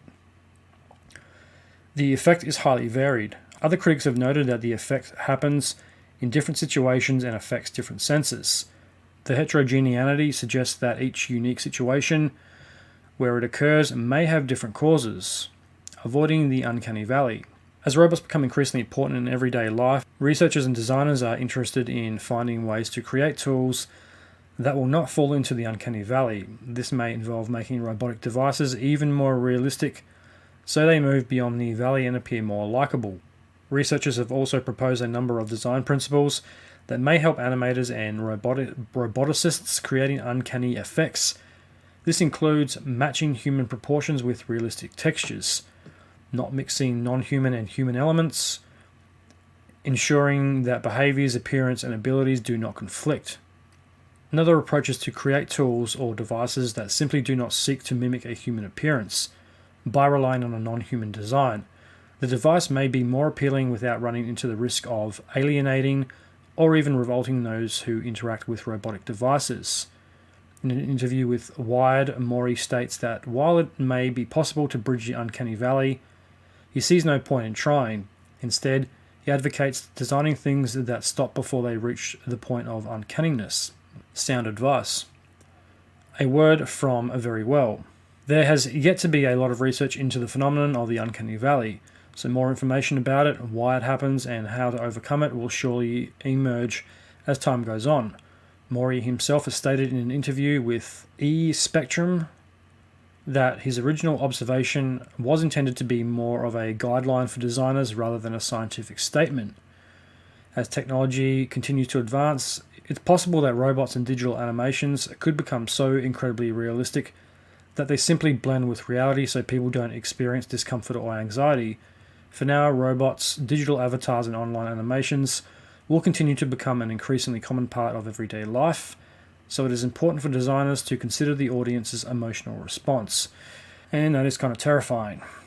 I think the future should be pretty interesting. I don't think the next 10 years are going to be particularly boring. That's if we make it that far.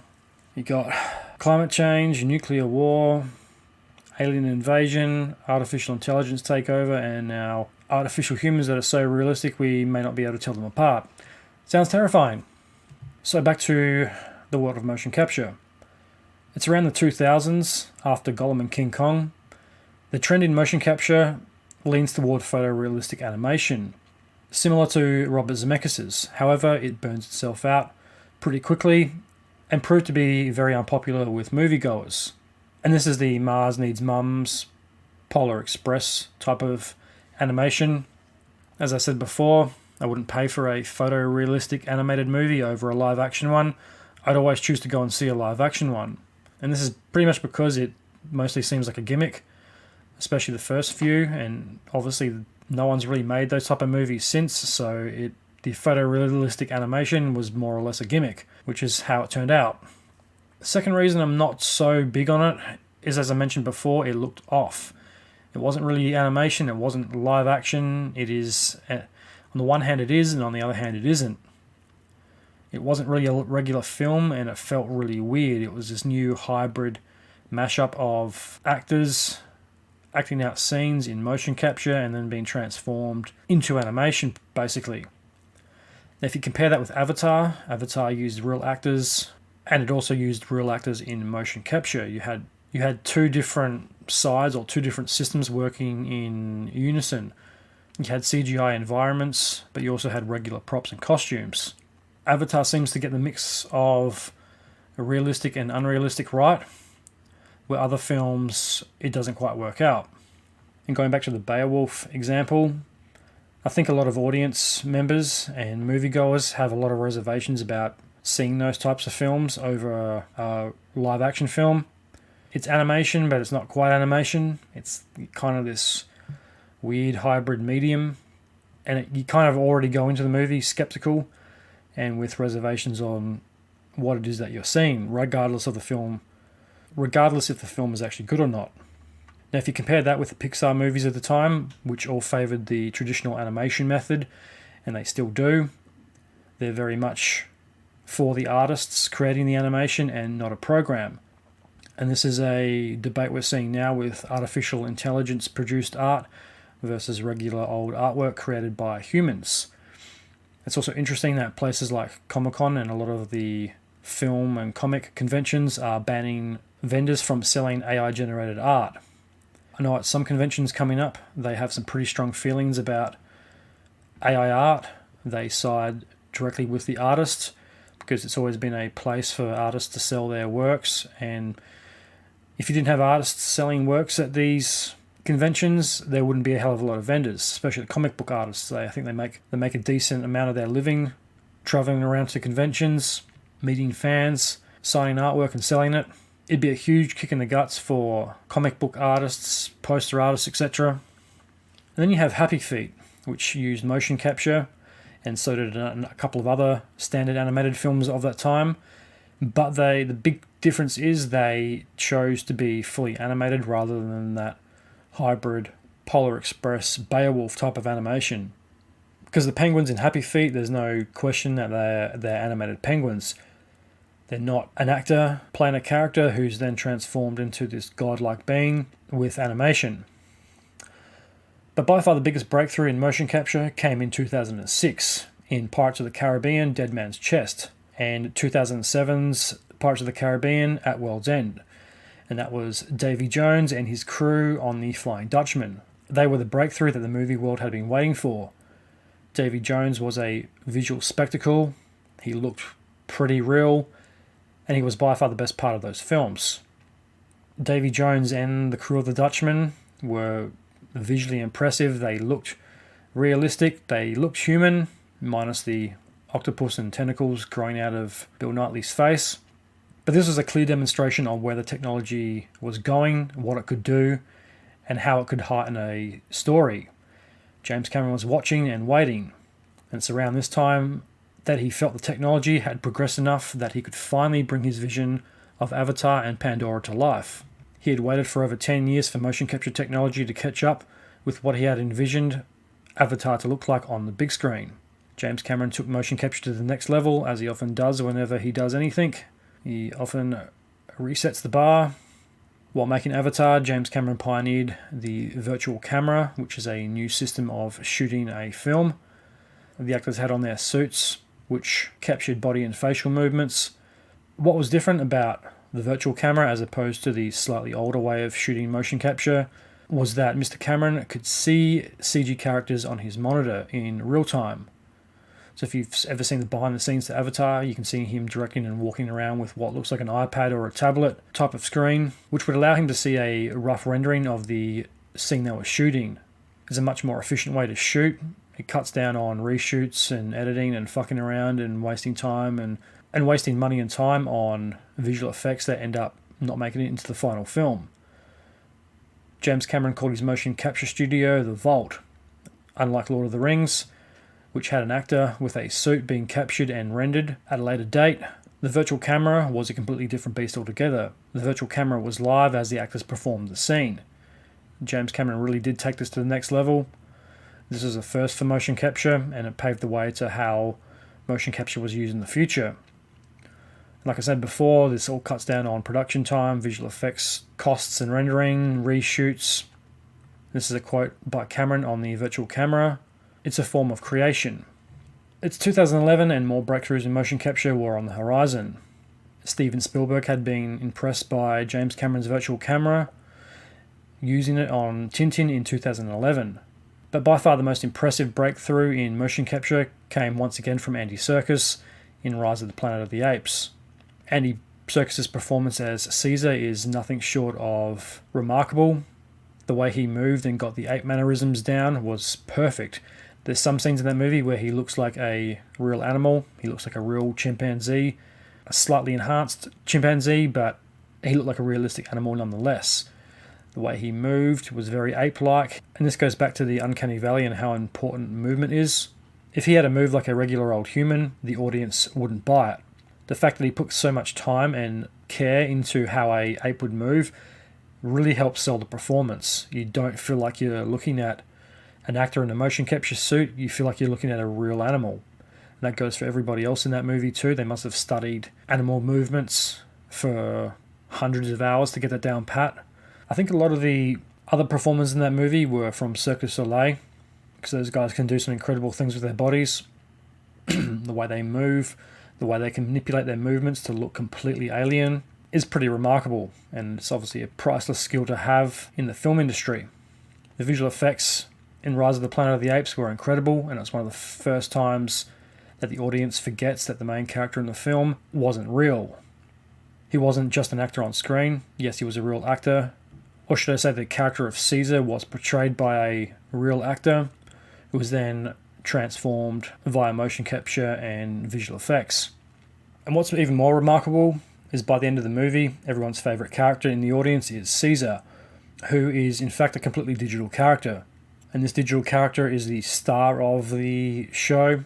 He's one of the few characters in the modern Planet of the Apes movies that stars in all three films. Andy Serkis and Caesar are the star of the show. Rise of the Planet of the Apes was released in 2011. This is only a couple of years after Avatar in 2009. But you could already see a huge development in special effects technology. Avatar in 2009 paved the way for the future of visual effects, but I really think by 2011 and Planet of the Apes really sets a new precedent and a new gold standard of what visual effects can do and what the audience expects, which also may explain the astronomical budgets attached to these films. The MCU was a few years in by now. The films weren't completely over the top with special effects at this point, but The Avengers was 1 year away, which was phase 2 of Marvel, midpoint of phase 1, I can't really remember. But it gave us a taste of what was possible with motion capture and visual effects and where it was going. Movies were only going to get bigger and better from now on. The visual effects in Avatar are incredible, but every now and then one of the Na'vi doesn't quite look as real as some of the others. So compare the effects from the first Rise of the Planet of the Apes and Avatar 2 The Way of Water. It's roughly 10 years between Rise of the Planet of the Apes and The Way of Water. There are scenes in The Way of Water that you can't tell a completely digital visual effects character from a real actor. There's some scenes where you can't really tell that Stephen Lang wasn't a 9-foot-tall blue alien. There are shots of the Na'vi, or the recon marines, interacting with humans that you can't tell one is completely digital and one is a living, breathing actor. Caesar and the other apes are impressive, and the scenes with them are so convincing you have to remind yourself you're not watching real animals, you're not watching National Geographic or a David Attenborough documentary. But the most impressive thing is probably how real the hair and the fur looked. Sand, water, hair and fur were the hardest design elements to get right. If you couldn't get the hair looking right, it threw everything off. And you look at just how far technology had come from Peter Jackson's King Kong to Rise of the Planet of the Apes, and then again from Rise of the Planet of the Apes to The Way of Water, where most of the environments are water, and the water looks so real you would swear it was filmed in the Caribbean or on a tropical destination somewhere, but it's not. It's all completely fake, which once again shows how far the visual effects have come. And again, it's criminal that Andy Serkis wasn't nominated for an Oscar for Gollum, King Kong, or for Caesar. I think there were talks in the Oscars years and years ago about having a category for digital actors and performances and their recognition by the Academy, but nothing ever really came of it. It's 10 years later and the Academy Awards haven't changed, and at this point I'd say they never will. Avatar 2 has given us a glimpse into the future of what is possible and where movies are going. It's just recently been nominated for a whole bunch of awards, including several Oscars. It's been nominated for a Screen Actors Guild for Best Performance by a Stunt Ensemble, whatever the fuck that means. Just make an award for Best Motion Capture or Digital Performance already. Because motion capture and digital performances aren't going away anytime soon, they're only going to increase. Andy Serkis played Caesar 2 more times in Dawn of the Planet of the Apes and War of the Planet of the Apes. He also provided the motion capture for 2014's Godzilla. He's also provided motion capture for The Avengers Age of Ultron and Star Wars The Force Awakens. It's evolved to a point now where a performer can play any creature regardless of the shape or the amount of arms or legs it has. For all the advancements in motion capture and visual effects technology over the years, one thing hasn't changed, and that is a human being performing the motion capture. Even if that final form on screen is much different to the person performing and bringing to life that character. When motion capture was on the rise, actors were no doubt a little worried that they were going to be replaced, as is a fear whenever a new industry or technology comes along. But so far, actors haven't been replaced. You still need actors to perform, and motion capture is no different. And that's a good place to leave it. We'll pick that up in the next episode. The next episode will be part 2 of Avatar, The Way of Water review. We'll be having a look at more of the trials and tribulations of James Cameron while making the first Avatar, before moving on into a review of Avatar, The Way of Water. Just before we go, I'd like to share with you a Australian-based paranormal podcast called They Don't Stay Dead, hosted by Alexa and Brittany. Hey Paranormies, I'm Brittany. And I'm Alexa. And we're the hosts of They Don't Stay Dead. We're a paranormal podcast from Australia, and we've made it our mission to share with you all the real-life ghost stories and haunted locations from our home, as well as encounters with supernatural beings and reports of unknown mysteries. From haunted asylums and ghost ships to big cat cryptids and alien encounters, there's something for everyone. We release new episodes every Thursday, and you can find us on Spotify, Apple Podcasts, or wherever you get your podcasts. Be sure to check out our Instagram at They Don't Stay Dead for weekly updates. We get a little bit spooky and a lot silly. So join us for some laughs and a tale of the unknown. Stay spooky, Paranormies. Definitely check out Alexa and Brittany if you're into the paranormal and things that go bump in the night and all other manner of spooky and supernatural occurrences. Definitely check them out on the Don't Stay Dead podcast. You can find it on Podbean, Spotify, or wherever else you get your podcasts from. That is the end of the show. A big thank you to everyone who listened to the end. If you'd like to support the Truth Tank, there's a couple of things you can do. Head on over to the Facebook and Instagram page, give them a follow and a like. Leave a review if you're enjoying the show. Reviews help the show grow and get found. Download your favourite episodes on Apple Podcasts, Spotify, Google, Podbean, Pandora, or wherever else you get your podcasts from. Tell your friends, tell your family, tell people you work with. Help spread the word and get the Truth Tank out there. And don't forget to check out the YouTube channel. And I'll be back in a couple of weeks with the next installment of Avatar, The Way of Water. Until then, I'm a tank. This is the truth. May the truth be with you.